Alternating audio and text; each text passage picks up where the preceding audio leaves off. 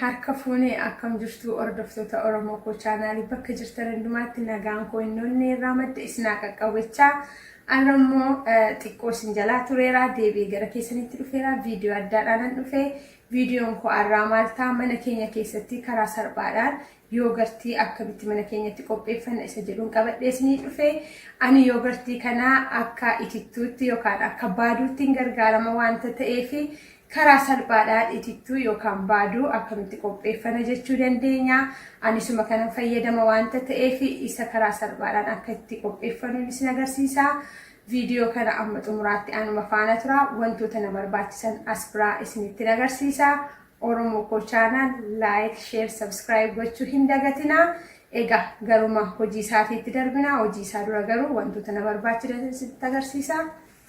Egaa as biraa wantooti na barbaachisan maalidha? Jalqaba irratti aannanidha. Whole milk isa jedhu isa kanadha. Inni kun maaliif yoo jettani inni whole milk jedhu kuni aannan furdaa waanta ta'eef isa kanadha kan hin gargaaramu jechaadha. Ittaanee immoo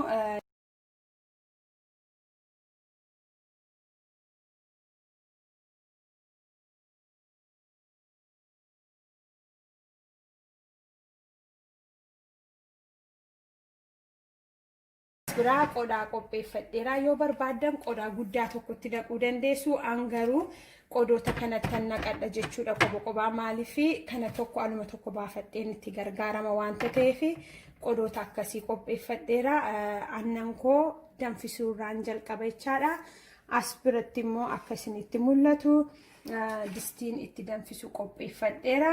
Amma itti buufeeffadhee booda aannan isaa kana jechuudha ittan naqaa jechuudha. Danfisuurraan jalqaba. Aannan kana amma danfutti gati eeddanii fi abidda isaa ituu baay'ee ol hin kaasin abidda isaa xinneessitanii eega qabsiifattanii booda baay'ee haaya gochuu hin qabdanii miidiyeemii marra kaawwadha.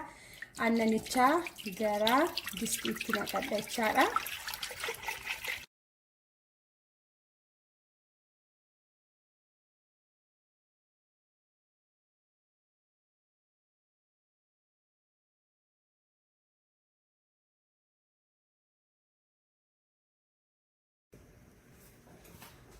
Egaa akkuma isinitti argamu aannanni koo danfeera jechuudha. Amma kan eega danfee itti dhaanfattu akkas danfuu akka gaariitti danfuu qaba. Ilaalaa xiqqoosee akka gaariitti danfuu qaba waanta ta'eef distiin keessan akka hin qabanne duwwaa gidduu gidduutti aannan sochoofadhe egaa ofii kootiif jechuudha.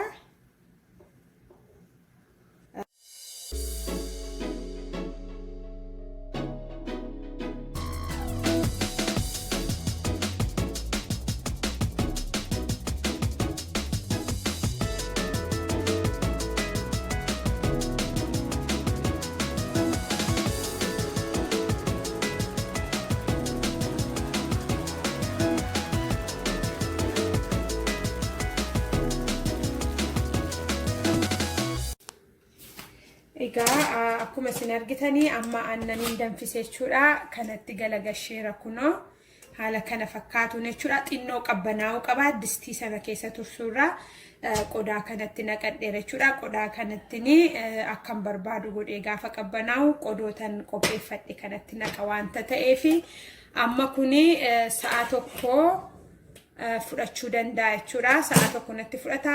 Qabbanaa'u gaafa qabbanaa'u xiqqooma ishee baay'ee isa qabbanaa'u toon ta'in gubaan isaanii kun garuu gara qabbanaa'utti xinnoo gaafa jijjiiramu yogurtii maankaa lama fuunee bulbulleetu aannanuma isuma kanaan jechuudha. Waliif maknee itti naqna waan ta'eef isa gaafa godhummoo isinitti hin deebi'a yeroo nuu qabbanaa'u jechuudha. Anuma faana jira. Egaa amma jalqabeera jechuudha. Yogurtii koo akkuma sila isinitti hime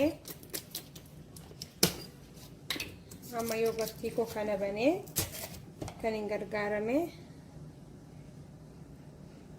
kanadha.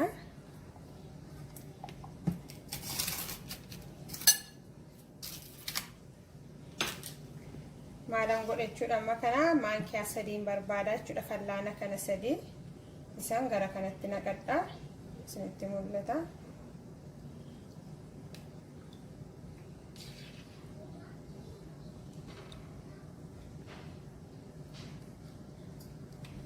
Kanadha jechuudha. Kun amma fallaana 3 jechuudha. Eegan kana asitti godhadhe booda maalan godha annanuma kanarraani kanaanan qallisaa jechuudha. Annanisuma danfiseerraa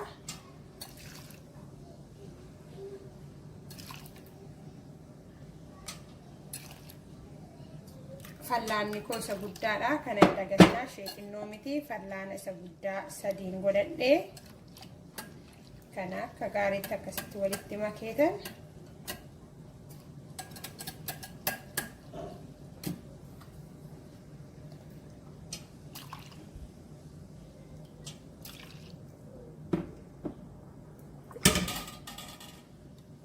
akkana godhee booda akkanatti eegan walitti makee booda isinitti mul'ata. Kunoo akkanatti eegan walitti makee booda aannan koo isa silaattanii naqadha jechaadha.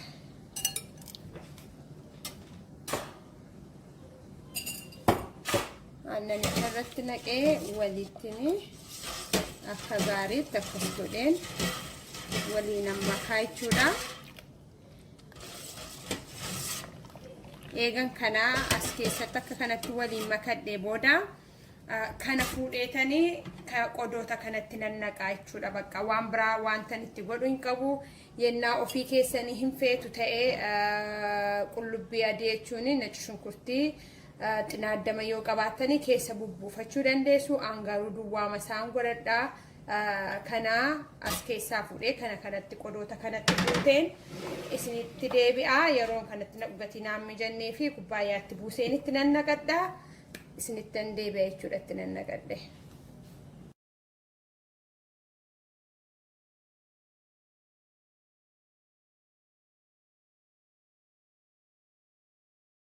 Egaa annanni koo haala kanaan qopheessee jechuudha. Kunoo qodaa qodaatti naqadheera. Kaniin qodaa kanatti akka kanatti tokko tokkoon qodaa tokkotti naqachuu dandeessu waan guddaa tokkotti.